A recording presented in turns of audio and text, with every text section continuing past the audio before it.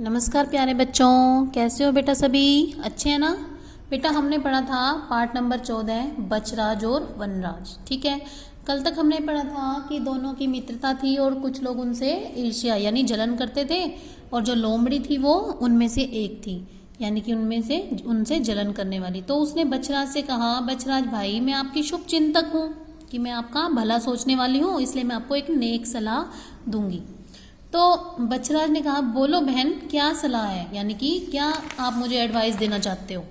लोमड़ी ने कहा, भाई जब वनराज आपको छोड़कर शिकार पर जाते हैं उस समय आपकी सुरक्षा कौन करता है?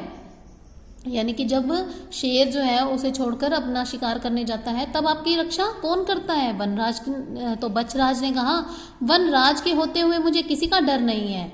तो लोमड़ी ने कहा, बचराज भाई किसी दूसरे सिरफिरे शेर यानी कि कोई पागल शेर, बाघ आदि ने आपकी दोस्ती से कुपित यानी गुस्सा होकर हमला कर दिया तो वनराज आपको कैसे बचाएंगे? तो बचराज ने कहा, हाँ बहन आपने नेक सलाह दी है, यानी कि अच्छी सलाह दी है, आपका धन्यवाद। वनराज के आने पर बचराज ने इस बात को अपने शब्दों में वनराज के सामने रखा। अब जब वनराज आ गया तो बचराज ने सारी बात उसको बताई। वनराज ने हंसते हुए कहा, मित्र चिंता न करो, मैं व्यवस्था करता हूँ। उसने कहा, चलो भाई मैं देखता हूँ, संभालता हूँ कुछ। वनराज ने अपने मंत्री भोलू यानी भालू को बचराज के गले में घंटी बांधने को कहा।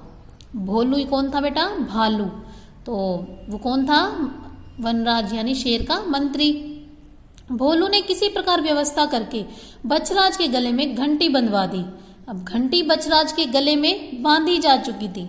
बचराज को इसका उद्देश्य और संचालन का ठीक प्रकार से नहीं पता था, यानी कि बचराज बैल को नहीं पता था कि इस घंटी का मुझे क्या करना है और ये किस काम के लिए है। उन्हें घंटी का कैसे, कब और क्यों उपयोग करना है इसकी उत्सुकता हो रही थी, यानी कि बड़ा सोच विचार रहे थे कि कैसे कि क्या होगा अगले ही दिन। बचराज, मित्र वनराज हमारे गले में घंटी बंधवाने का उद्देश्य बताइए, कि हमारे जो गले में घंटी बांधी गई है वो किस लिए बांधी गई है, वो जानना चाहता था, उसको बड़ी जिज्ञासा हो रही थी। तो वनराज ने कहा, मेरे प्रिय मित्र आपको जब भी संकट का यानी कि कोई मुसीबत का अनुभव हो, कि मेरे पास कोई मुसीबत आने वाली है, मुझे कोई खतरा है, अपनी गर्दन जोर जोर से हिलाना तो घंटी बजेगी, और घंटी की आवाज सुनकर मैं तुरंत खतरे को समझ जाऊंगा। मुझे लगेगा कि आपने घंटी इसलिए बजाई है कि आपको कोई खतरा है, और छलांगे लगाता हुआ आऊंगा। बचराज को अपने मित्र पर गर्व की अनुभूति हो रही थी। उसे अपने मित्र पर गर्व महसूस हो रहा था कि वो उसका कितना ध्यान रखता है।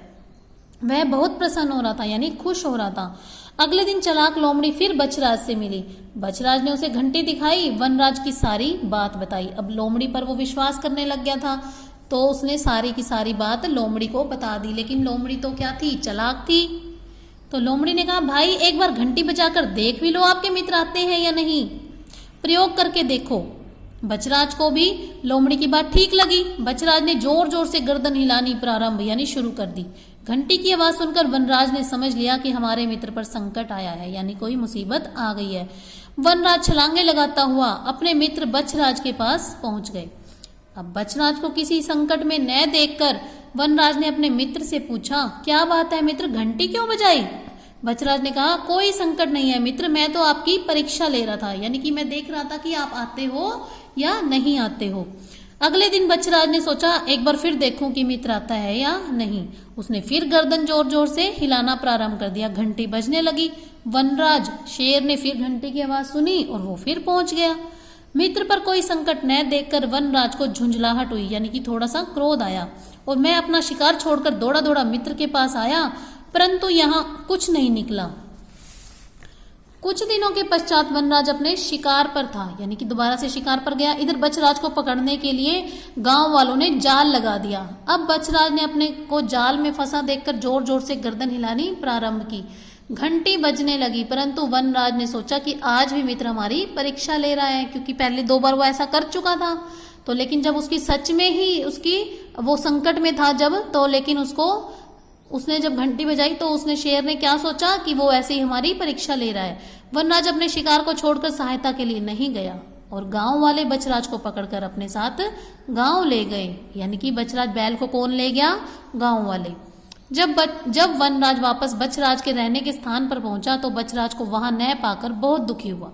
वनराज को दुखी देखकर अन्य जानवरों ने वनराज को बताया कि गांव वाले बछराज को पकड़कर ले गए हैं। यह जानकर वनराज को थोड़ी शांति मिली कि उनका मित्र अभी भी जीवित है, कि उसे किसी ने मारकर नहीं खाया। तो इसलिए बेटा हमें क्या करना चाहिए, अपने मित्र पर भरोसा विश्वास करना चाहिए और एक दूसरे की सहायता करने के लिए जरूर आगे उनकी मदद करनी चाहिए। ठीक है बेटा, और मित्रता हो तो गहरी हो, नहीं तो नहीं हो। ठीक है बेटा, तो सारा चैप्टर आपने अच्छे से पढ़ना है। ओके।